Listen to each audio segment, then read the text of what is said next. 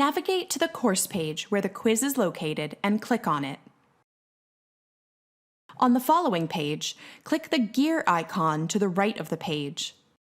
This will display a drop-down menu with a host of action items associated with the quiz. To adjust the quiz settings, select the Edit Settings option. The settings page will load, enabling you to make any changes that are needed. After making your changes, scroll down and select either the Save and Display or Save and Return to Course buttons. To edit the content or questions within the quiz, click on the quiz to open it and select the gear icon to display the drop-down menu of action items. Select the Edit Quiz option to open the quiz contents and add, remove, or adjust questions as needed.